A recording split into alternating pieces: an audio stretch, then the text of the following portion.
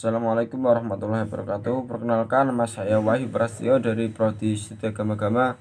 Nomor induk mahasiswa 933100619. Di sini saya akan mempresentasikan makalah yang mengenai atau bertema pengertian musyaroah. Secara etimologis, musyaroah adalah wazan mufa'alah dari kata asyara yang semarnya dengan menumbuhkan.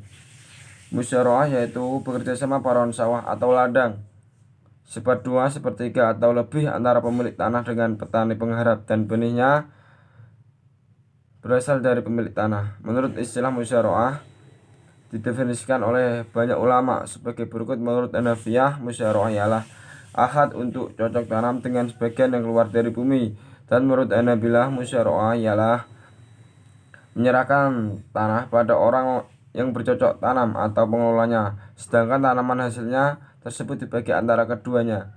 Dan menurut Syafi'i, musyaroah ialah mengharap tanah dengan apa yang dikeluarkan dari tanah tersebut. Dasar hukum musyaroah. Dalam membahas hukum al-musyaroah, terjadi perbedaan pendapat para ulama. Imam Hanafi dan Ja'far tidak mengakui keberadaan musyaroah dan menganggapnya fasid. Menurut Asy-Syafi'iyah, haram hukumnya melakukan musyaroah. Hal ini berdasarkan hadis yang diriwayatkan oleh Muslim dari Sabit al-Ahdag.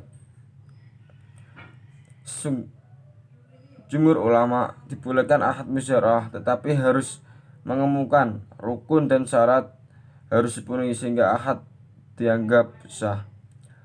Hukum-hukum musyaroah. Yang pertama, masa musyaroah harus ditentukan misal 1 tahun. Bagi yang disepakati dari ukurannya harus diketahui, misalnya sepertengah, sepertiga, atau seperempatnya, dan harus mencakup apa saja yang dihasilkan tanah tersebut. Yang dihasilkan jika pemilik tanah berkata kepada penggarapnya, "Engkau berhak atas apa yang tumbuh di tempat ini dan tidak tempat yang lainnya," maka hal ini tidak sah.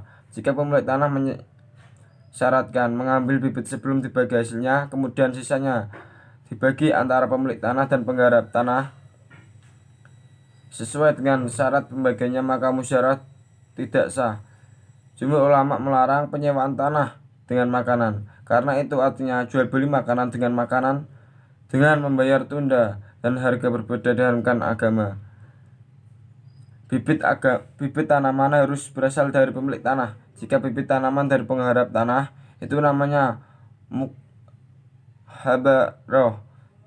Tetapi ada perbedaan pendapat dalam masalah ini, seperti perkataan Syekh Abdul Admim Al-Badawi, tidak mengapa benih berasal dari pemilik tanah atau pun dari keduanya. Dalilnya berkata Imam Bukhari rahimahumullah, Umar radhiyallahu anhu memperkerjakan orang-orang. Jika benih dari Umar, maka bagian setengah, dan jika benih berasal dari mereka, maka bagian mereka adalah setengah. Dia juga telah berkata, tidak mengapa jika tanah itu milik salah satu keduanya kemudian diusahakan bersama, maka apa yang keluar tumbuh untuk keduanya. Asyuri berpendapat demikian, menyewakan tanah dengan kontan lebih baik daripada dengan akad musyaroah. Seorang muslim mempunyai kelebihan tanah, disunahkan memberikan pada saudaranya tanpa kompensasi ataupun karena Rasulullah SAW. Cukup sekian presentasi dari kelompok kami. Mungkin ada kesalahan, kami mohon maaf yang sebesar-besarnya. Wassalamualaikum warahmatullahi wabarakatuh.